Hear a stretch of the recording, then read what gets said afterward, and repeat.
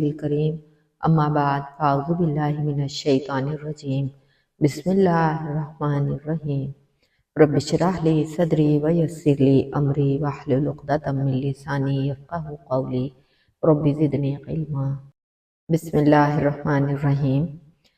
ہم نے پچھلے رکوع میں آیت 8 تا 20 ہم نے منافقین کا ذکر پڑھا تھا، یعنی ہم نے پڑھا تھا کہ منافق وہ لوگ ہوتے ہیں جو حق کو قبول تو کر لیتے ہیں، مگر جب حق کے تقاضے کے مطابق عمل کرنے کا وقت آتا ہے اور حق کے لیے جان و مال یا وقت کی قربانی دینے کی دعوت دی جاتی ہے تو پیٹھ پھیر دیتے ہیں۔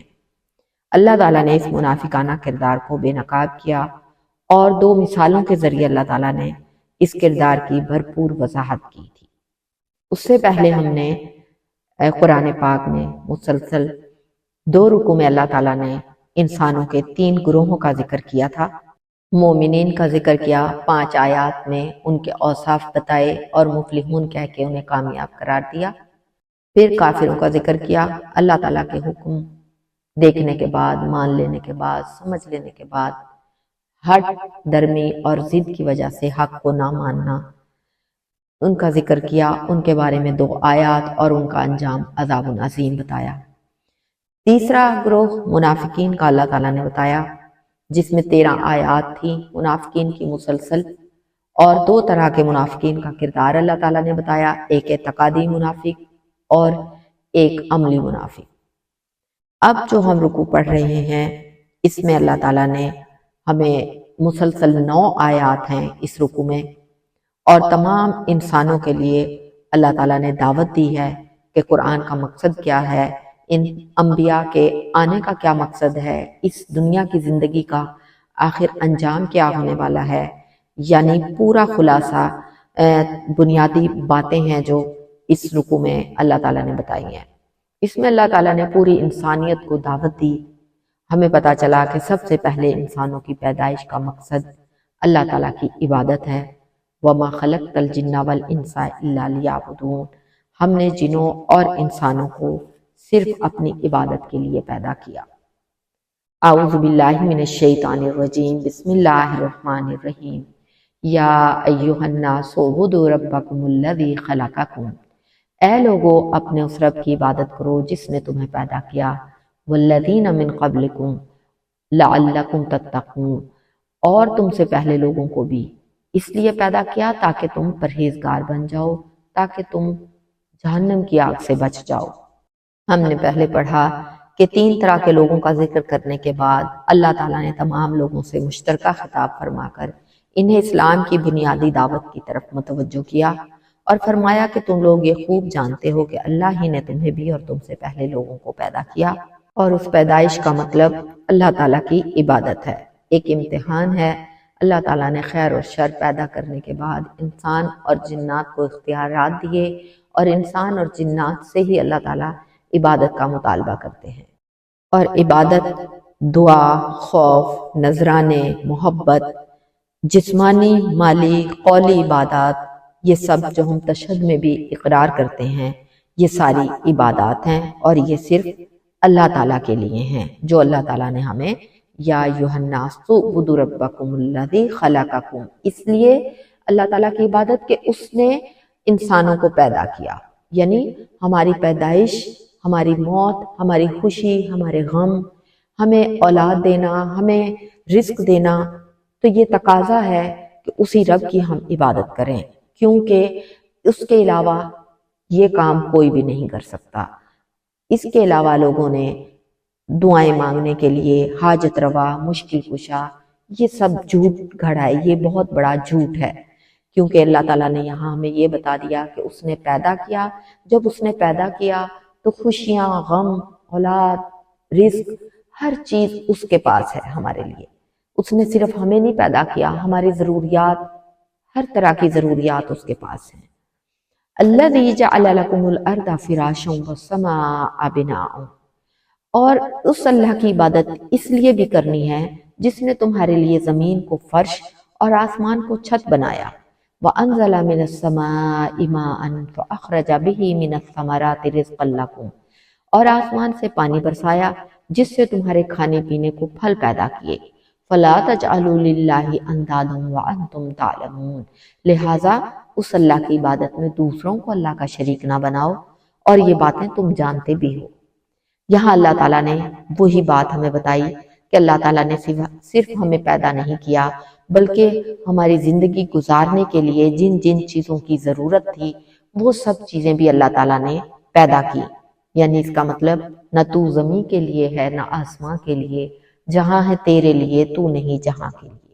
اللہ تعالیٰ نے سب سے پہلے اس زمین کو ہمارے لیے فرش بنایا۔ اگر زمین کے اوپر زلزلے آتے رہتے تو انسان کے رہنے کے لیے یہ زمین بالکل بھی صحیح نہیں جگہ تھی، کیونکہ اگر زمین پر پہاڑ نہ ہوتے، اور یہ پہاڑ زمین کی میخیں ہیں، جتنا پہاڑ اوپر دکھائی دیتا ہے اتنا ہی زمین کے نیچے، اس کی وجہ سے زمین مستقل ایک ٹھہراؤ کی شکل میں ہے جس پر ہم گھر بنا سکتے ہیں، چل سکتے ہیں۔ پھر اللہ تعالیٰ نے آسمان کو چھت بنایا۔ ہر وقت آسمان پر سیارے ٹوٹتے رہتے ہیں، کوئی سیارہ زمین پر گر جائے، زمین تہس نہس ہو جائے، لیکن اللہ تعالیٰ نے زمین کو فرش بنانے کے بعد آسمان کو محفوظ چھت بنا دیا کہ کوئی ایسی چیز زمین پر نہ گرے۔ پھر تمام ضروریات زندگی اسی زمین سے ہماری وابستہ کر دی، اور اللہ تعالیٰ نے آسمان سے بارش برسا کر ہمارے کھانے پینے کی چیزیں، پھل، سبزیاں، ہر چیز، طرح طرح کی چیزیں اللہ تعالیٰ نے ہمارے لیے زمین سے پیدا کی۔ تو پھر اس کا مقصد صرف یہ نہیں کہ ہماری زندگی تک ہماری زمین کام دے رہی ہے، بلکہ ہماری موت کے بعد بھی یہی زمین ہمارے لیے جائے پناہ ہے۔ زندہ رہنے کے بعد جو انسان فوت ہو جاتے ہیں، یہی زمین ان کو اپنے اندر چھپا لیتی ہے۔ یہاں ہم دیکھیں گے کہ ایک زمین اللہ تعالیٰ نے جو پیدا کی، ایک پانی، ایک ہی طرح کی دھوپ روشنی اس کو میسر آتی ہے، لیکن ہم دیکھیں اسی زمین سے طرح طرح کے پھل، طرح طرح کے پھول، طرح طرح کی سبزیاں، ہر وہ چیز جو انسان کی زندگی کے لیے، لباس، ہر چیز، جانوروں کا چارہ، جانور ہمارے لیے دودھ، گوشت ہم ان سے لیتے ہیں، لیکن وہ بھی اسی زمین سے ان کا گزارا ہوتا ہے۔ تو ہمیں کیا پتا چلا کہ اللہ تعالیٰ نے ہر چیز ہمارے لیے پیدا کی۔ جب اللہ تعالیٰ نے ہمارے لیے سب کچھ پیدا کیا، ہمیں پیدا کیا، ہمارے لیے تمام ضرورتیں اللہ تعالیٰ نے ہمیں گنوا دی، پھر اللہ تعالیٰ نے کہا فَلَا تَجْعَلُوا لِلَّهِ أَنْدَادًا وَأَنْتُمْ تَعْلَمُونَ، یعنی یہ سب کچھ جانتے ہوئے بھی کہ اس نے تمہیں پیدا کیا، تمہاری ضرورتوں کا لحاظ رکھا، تمہیں پیدا کرنے کے بعد بس ایسے چھوڑ نہیں دیا۔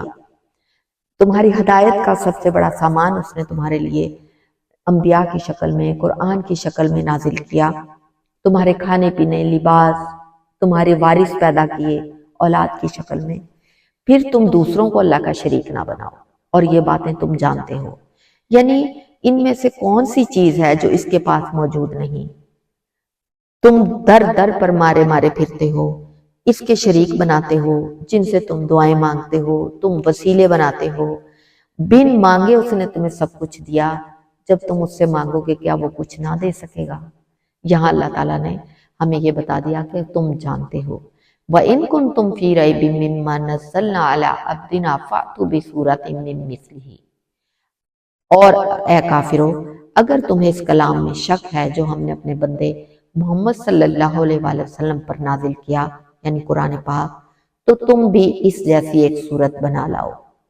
وَادْعُوا شُهَدَاءَكُم مِّن دُونِ اللَّهِ إِن كُنتُمْ صَادِقِينَ، اور اللہ کو چھوڑ کر اپنے سب ہم نواؤں کو بلا لو اگر تم اپنے اس دعوے میں سچے ہو۔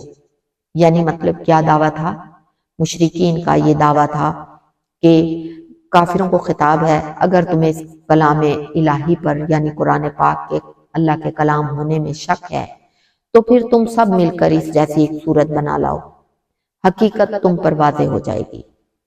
اللہ تعالیٰ نے کافروں کو اس قسم کے چیلنج قرآن پاک میں 4 اور مقامات پر بھی دیے ہیں۔ سورہ یونس میں، سورہ ہود میں، سورہ بنی اسرائیل اور سورہ طور میں ایسا ہی چیلنج اللہ تعالیٰ نے دیا، جس کا جواب کفار نے نہ اس دور میں دے سکے اور نہ آج تک دیا اور نہ ہی آئندہ قیامت تک قرآن پاک کا وہ کوئی اس طرح کا چیلنج کا جواب دے سکیں گے۔ یہ قرآن پاک کی اعجازی حیثیت ہے جو آج تک قائم ہے۔ مشرکین کا یہ دعویٰ تھا کہ جن آپ صلی اللہ علیہ وسلم کو یہ قرآن سکھاتے ہیں یا پھر آپ خود کسی انسان سے سیکھتے ہیں اور ہمیں سنا دیتے ہیں، تو اللہ تعالیٰ نے یہ چیلنج دیا کہ تم سب اللہ کو چھوڑ کر اپنی دیوی دیوتاؤں کو، جنوں کو، انسانوں کو، سب کو شامل کرو اور ایک اس جیسی صورت ہی بنا لاؤ۔ اللہ تعالیٰ کا دستور یہ ہے کہ انبیاء کو ایسی چیز بطور معجزہ دی جاتی ہے جس کی اس زمانے میں دھوم ہو۔ موسیٰ علیہ السلام کے زمانے میں جادوگری کا بہت زیادہ عروج تھا۔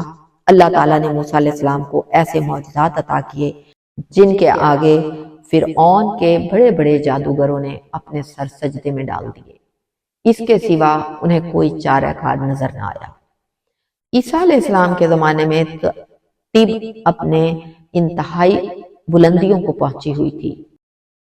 لقمان، جالینوس جیسے حکماء کا ڈنکا بجتا تھا، بہت شہرت تھی ان کی، تو اللہ تعالیٰ نے عیسیٰ علیہ السلام کو ایسے معجزات عطا کیے جو ان کی دسترس سے باہر تھے۔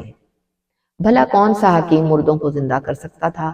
اسی طرح رسول اللہ صلی اللہ علیہ وسلم کے زمانے میں عربی زبان کی فصاحت اور بلاغت انتہا کو پہنچی ہوئی تھی۔ فصاحت اور بلاغت کے لحاظ سے شعراء میں باہمی مقابلے ہوتے تھے، اور جو مقابلے میں بہترین قرار دیے جاتا اس کا کلام کعبہ کے دروازے پر لٹکا دیا جاتا تھا۔ ایسے ہی شعراء، ادبا اور خطباء کو اللہ تعالیٰ نے چیلنج کیا اور فرمایا کہ اپنے سب مددگاروں، جنوں یا انسانوں اور اپنے دیوتاؤں اور معبودوں سب کی مدد لے کر اس قرآن جیسی ایک صورت بنا لاؤ، لیکن یہ سب لوگ اب ایسا کلام پیش کرنے میں عاجز ثابت ہوئے۔ پھر قرآن کا اعجاز صرف فصاحت اور بلاغت تک ہی محدود نہ تھا، بلکہ قرآن کی غیب کی جو اطلاعات ایسے اوصاف تھے جو انسان کی سمجھ سے باہر تھے۔ دوسری طرف صورتحال یہ تھی کہ اس قرآن کو پیش کرنے والے رسول صلی اللہ علیہ وآلہ وسلم خود امی تھے، لکھنا پڑھنا نہیں جانتے تھے۔ آپ صلی اللہ علیہ وآلہ وسلم کا کوئی استاد بھی نہیں تھا۔ ان کی طرف سے اس طرح کا کلام پیش کیے جانا مزید باعث حیرت کا مقام تھا۔ قرآن کی اس اعجازی حیثیت سے تین باتوں کا ہمیں خود بخود ثبوت مل جاتا ہے۔ اللہ تعالیٰ کی ہستی کا ثبوت، قرآن کریم کا اللہ تعالیٰ کی طرف سے نازل ہونے کا ثبوت، اور آپ صلی اللہ علیہ وآلہ وسلم کے رسول برحق ہونے کا ثبوت۔ پہلے انبیاء کو جتنے معجزات عطا کیے گئے وہ سب وقتی اور عارضی تھے، کسی نے دیکھے اور کسی نے صرف سنے تھے، مگر قرآن پاک آج بھی اور آئندہ بھی قیامت تک سب اس کے معجزات سے فائدہ اٹھاتے رہیں گے۔ اس لحاظ سے یہ ایک زندہ، ہمیشہ رہنے والی اور کبھی نہ زوال آنے والا معجزہ ہے۔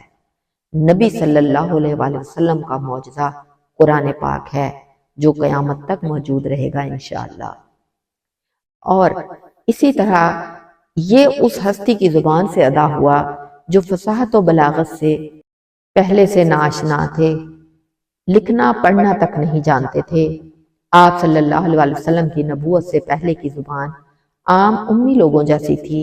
آپ کو نبوت سے پہلے عبادت گزاری سے دلچسپی ضرور تھی، مگر عربی ادب سے بالکل ناآشنا تھے۔ اسی طرح قرآن پاک کے دلائل نہایت سادہ اور عام فہم ہیں، چاہے یہ دلائل توحید پر ہوں یا آخرت کے قیام پر یا دوبارہ زندگی پر، اور ایسی اشیاء سے پیش کیے گئے ہیں یہ دلائل جو ہر انسان کی مشاہدہ اور تجربے میں آتی رہتی ہیں۔ اسی طرح جب سورہ کوثر کی 3 مختصر آیات نازل ہوئیں تو سیدنا علی رضی اللہ تعالیٰ عنہ نے بیت اللہ میں جا لٹکایا، جہاں معروف عرب شعراء لٹکایا کرتے تھے، تو اس کے نیچے کسی نے لکھ دیا ما ھذا قول البشر، یعنی یہ کسی بشر کا کلام نہیں۔ غرض ایسے واقعات بے شمار ہیں۔ غالباً اسی وجہ سے کفار قرآن کو سحر یعنی سحر مبین کہا کرتے تھے، یعنی جادو، کھلا جادو کہا کرتے تھے۔ دوسرا، قرآن پاک اپنے موضوع سے بالکل ادھر ادھر نہیں ہٹتا۔ اس کا اصل موضوع انسان کی ہدایت ہے، یعنی وہ راستہ جس پر چلنے سے انسان کی دنیا بھی سنور جائے اور آخرت بھی۔ قرآن عظیم کا کوئی صفحہ، کوئی صورت، کوئی آیت، کوئی سطر نکال کر دیکھیں، چاہے یہ احکام سے متعلق ہو، دلائل سے، یا سابقہ اقوام کی حالات سے، ان کے انجام سے، ہر مقام پر انسان کی ہدایت کے لیے اس میں کوئی نہ کوئی سبق موجود ہوگا۔ قرآن ایسی تفصیل میں ہرگز نہیں جاتا جس کا ہدایت سے کچھ تعلق نہ ہو۔ مثلاً قرآن نے موسیٰ کی طرف وحی کا تو ذکر کیا مگر اس کا نام نہیں لیا۔ سیدنا آدم کو جنت میں ایک درخت کے نزدیک نہ جانے کا حکم تو ذکر کیا مگر درخت کا نام نہیں لیا۔ یہاں ہمیں پتہ چلا قرآن بغیر وجہ کی بحثوں میں نہیں پڑتا۔ الغرض قرآن کے امتیازات، عجائب اس قدر ہیں کہ انسان کے بس کی بات نہیں۔ وجہ یہ ہے کہ جس قدر غور و فکر اور گہرائی کے ساتھ اس کا مطالعہ کیا جائے، نئے سے نئے پہلو سامنے آنے لگتے ہیں۔ اسی لیے رسول اللہ صلی اللہ علیہ وآلہ وسلم نے فرمایا تھا کہ قرآن ایسی کتاب ہے جس کے عجائب ختم نہیں ہو سکتے۔ جتنا کوئی اس کے علم میں ڈوبتا جائے گا، قرآن اس کو علم کے موتی عطا کرتا جائے گا۔ فَإِن لَّمْ تَفْعَلُوا وَلَن تَفْعَلُوا فَاتَّقُوا النَّارَ الَّتِي وَقُودُهَا النَّاسُ وَالْحِجَارَةُ أُعِدَّتْ لِلْكَافِرِينَ۔ اللہ تعالیٰ نے چیلنج دینے کے بعد خود ہی بتا دیا کہ تم ایسا نہیں کر سکو گے۔ اگر تم یہ کام نہ کر سکو، یعنی تم کوئی قرآن کی صورت بنا لاؤ یا اس جیسی کوئی آیت بنا لاؤ، اگر تم یہ کام نہ کر سکو، یقیناً تم کر بھی نہیں سکو گے، تو پھر اس دوزخ کی آگ سے ڈر جاؤ، اُعِدَّتْ لِلْکَافِرِینَ، جس کا ایندھن انسان اور پتھر ہوں گے۔ یعنی اللہ تعالیٰ نے خود چیلنج دینے کے بعد اللہ تعالیٰ کو علم تھا کہ ایسا کلام پیش کرنا انسان کے بس سے باہر ہے۔ یہ جو 5 مرتبہ قرآن میں کفار کو چیلنج دیا گیا ہے، یہ تو ان پر حجت تمام کرنے کے لیے ہے۔ اگر ان واضح دلائل کے بعد کوئی کفر پر اڑا رہتا ہے تو اسے اس دوزخ کے عذاب سے ڈرنا چاہیے، جس کا ایندھن انسان ہی نہیں، پتھر جیسے کوئلہ، گندھک وغیرہ بھی ہوں گے، جو آگ کی حدت کو 20 گنا تیز کر دیں گے۔ اور دوسرا، ان کے جو پتھر ہوں گے جن کی پوجا کی جاتی رہی۔ اس قول کی تائید اس آیت سے بھی ہو جاتی ہے، اِنَّکُمْ وَمَا تَعْبُدُونَ مِن دُونِ اللَّهِ حَسَبُ جَہَنَّمَ، تم بھی اور اللہ کے سوا جنہیں تم پوجتے رہے سب دوزخ کا ایندھن بنو گے، تاکہ کافروں کو اپنے معبودوں کی خدائی کی حقیقت معلوم ہو اور ان کی حسرت میں مزید اضافہ ہو۔ اللہ تعالیٰ نے اُعِدَّتْ لِلْکَافِرِینَ جہنم کی آگ سے اس لیے ڈرایا کہ تاکہ تقوی اختیار کرے، انسان اپنے انجام سے ڈر جائے۔ اور ڈرنا، تقوی کے اندر ڈرنا، بچنا اور پرہیز کرنا ہے، یعنی اپنے نفس کو ہر اس چیز سے بچانا جس سے نقصان پہنچنے کا اندیشہ ہو۔ اپنے آپ کو ہر اس چیز سے بچانے کا نام تقوی ہے جو گناہ کا باعث بنے، اور جن باتوں سے شریعت نے منع کیا ہے انہیں چھوڑنے سے یہ بات حاصل ہو جاتی ہے۔ پھر تقوی کا مفہوم محض برے کام چھوڑنا، غلط کام چھوڑنا یا اللہ تعالیٰ کے ناپسندیدہ کام چھوڑنا نہیں رہ جاتا، بلکہ جب انسان تقوی اختیار کرتا ہے تو وہ اللہ تعالیٰ کے حرام کردہ کام چھوڑتا ہی نہیں بلکہ اللہ تعالیٰ کے احکام بھی ماننا شروع کر دیتا ہے۔ جیسے بے حیائی کے کام کرنا ایک الگ بات ہے، ویسے ہی نماز، روزہ وغیرہ ادا نہ کرنا بھی گناہ ہے۔ تمام تر عبادات کا بنیادی مقصد انسان کے اندر تقوی پیدا کرنا ہے، یعنی وہ ہر کام کرنے سے پہلے اس کا انجام سوچتا اور اس انجام کو سامنے رکھ کر اسے اختیار کرتا ہے یا اسے چھوڑتا ہے۔ چونکہ انجام سے دوچار کرنے والا اللہ تعالیٰ ہے، لہذا تقوی کے مفہوم میں گناہوں کے انجام سے ڈرنا، بچنا، اس کے ساتھ ساتھ اللہ تعالیٰ سے ہر وقت ڈرنا اور اس بات کا خیال رکھنا خود بخود شامل ہو جاتا ہے تقوی میں۔ اُعِدَّتْ لِلْکَافِرِینَ یعنی کافروں کے لیے تیار کی گئی ہے جہنم کی آگ۔ ہمیں اس آیت سے معلوم ہوا کہ دوزخ وجود میں لائی جا چکی ہے، اسی طرح جنت بھی، اور یہی اہل سنت کا عقیدہ ہے۔ وَبَشِّرِ الَّذِينَ آمَنُوا وَعَمِلُوا الصَّالِحَاتِ أَنَّ لَهُمْ جَنَّاتٍ تَجْرِي مِن تَحْتِهَا الْأَنْهَارُ، اے نبی جو لوگ ایمان لائیں اور اچھے کام کریں انہیں خوشخبری دے دیجئے کہ ان کے لیے ایسے باغات ہیں جن کے نیچے نہریں جاری ہیں۔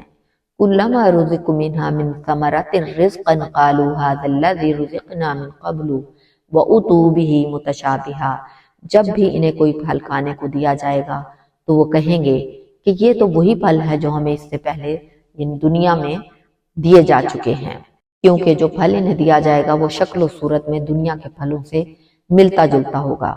وَلَهُمْ فِيهَا أَزْوَاجٌ مُطَهَّرَةٌ وَهُمْ فِيهَا خَالِدُونَ، اور ان ایمان والوں کے لیے وہاں پاک اور صاف بیویاں بھی ہوں گی اور وہ ان باغات میں ہمیشہ ہمیشہ رہیں گے۔ اللہم اجعلنا منہم۔ قرآن پاک میں اکثر یہ بات ہم دیکھیں گے کہ جہاں کہیں کفار اور ان کے عذاب کا ذکر آتا ہے وہاں ساتھ ہی مومنوں اور ان کے جزا کا ذکر آتا ہے۔ اس کے برعکس بھی یہی صورت ہوتی ہے، کیونکہ انسان کی ہدایت کے لیے سزا سے ڈرانا اور جزا کی خوشخبری دینا دونوں باتیں مقصود ہیں۔ یعنی شکل و صورت دیکھ کر تو وہ یہی کہیں گے کہ یہ آم ہے یا انگور ہے یا انار ہے، مگر ان کا ذائقہ بالکل الگ اور اعلیٰ درجے کا ہوگا اور ان کا سائز بھی دنیا کے پھلوں کی نسبت بہت بڑا ہوگا۔ وہاں ایمان والوں کے لیے پاک اور صاف بیویاں ہوں گی۔ اس سے مراد جنتی لوگ سب کے سب، چاہے مرد ہوں یا عورتیں، بول و براز، رینٹ وغیرہ نیز اخلاق رذیلہ سے پاک صاف ہوں گے، اور ان کی بیویاں حیض و نفاس کی نجاستوں سے بھی پاک ہوں گی۔ ان اللہ لا یستحیی ان یضرب مثلا ما بعوضۃ فما فوقہا، اللہ تعالیٰ قطعاً اس بات سے نہیں شرماتا کہ وہ کسی مچھر یا اس سے بھی کسی حقیر تر چیز کی مثال بیان کرے۔ فَأَمَّا الَّذِينَ آمَنُوا فَيَعْلَمُونَ أَنَّهُ الْحَقُّ مِن رَّبِّهِمْ، جو لوگ ایمان لا چکے وہ جانتے ہیں کہ ان کے پروردگار کی طرف سے یہ مثال بالکل درست ہے۔ وَأَمَّا الَّذِينَ كَفَرُوا فَيَقُولُونَ مَاذَا أَرَادَ اللَّهُ بِهَٰذَا مَثَلًا، رہے کافر لوگ تو وہ کہتے ہیں کہ ایسی حقیر چیزوں کی مثال دینے سے اللہ کو کیا سروکار۔ يُضِلُّ بِهِ كَثِيرًا وَيَهْدِي بِهِ كَثِيرًا، اس طرح ایک ہی بات سے بہت سے لوگوں کو اللہ تعالیٰ گمراہی میں مبتلا رہنے دیتا ہے اور بہت سے لوگوں کو ہدایت بھی دے دیتا ہے۔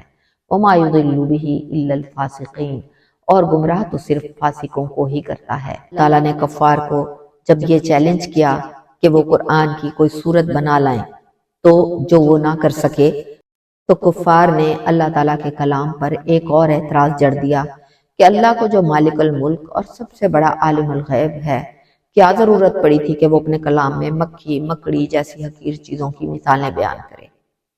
واضح رہے کہ اللہ تعالیٰ نے قرآن پاک میں مکھی کی مثال دی، مکڑی کی مثال دی، اور یہ مثالیں کافروں کے معبودان باطل کی کمزوری کو واضح کرنے کے لیے دی تھی۔ اسی آیت میں اس اعتراض کا جواب دیا گیا کہ اللہ تعالیٰ کو اس بات کی کوئی شرم حیا نہیں کہ وہ مکھی اور مکڑی تو درکنار مچھر یا اس سے بھی کسی حقیر تر چیز کی مثال بیان کرے، کیونکہ اس کی مخلوق ہونے کے لحاظ سے مکھی مچھر سب برابر ہیں۔ دیکھنا تو یہ چاہیے کہ مثال اللہ تعالیٰ نے کیوں دی۔ اگر مثال حق بات پر مبنی ہے تو یہ بالکل درست ہوگی۔ کفار کے معبود بھی تو حقیر چیزیں ہیں اور مکھی اور مکڑی بھی، لہذا مثال درست ہوئی۔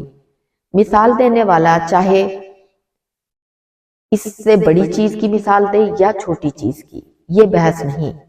کفار نے جو اعتراض کیا تھا وہ بالکل خلاف عقل تھا اور دشمنی پر مبنی تھا۔ يُضِلُّ بِهِ كَثِيرًا وَيَهْدِي بِهِ كَثِيرًا، یعنی انہی مثالوں سے، ایسی ہی آیات کے ذریعے اللہ تعالیٰ بہت سے لوگوں کو ہدایت بھی دیتا ہے اور بہت سے لوگ اس سے گمراہ بھی ہو جاتے ہیں۔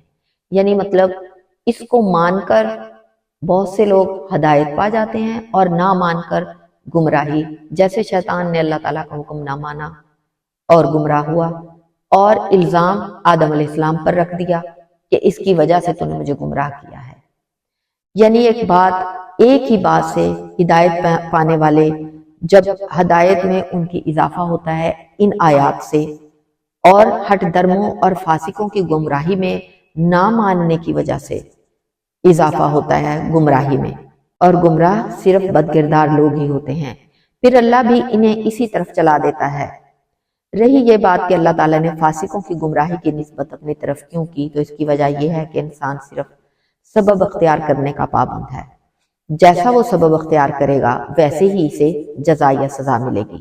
الذین ینقضون عہد اللہ من بعد میثاقہ ویقطعون ما امر اللہ بہ ان یوصل ویفسدون فی الارض اولئک ھم الخاسرون، یعنی جو لوگ اللہ تعالیٰ سے پختہ وعدہ کرنے کے بعد اسے توڑ دیتے ہیں اور جن چیزوں کو اللہ تعالیٰ نے جوڑنے کا حکم دیا انہیں قطع کرتے ہیں، زمین میں فساد کرتے ہیں، ایسے ہی لوگ نقصان اٹھانے والے ہیں۔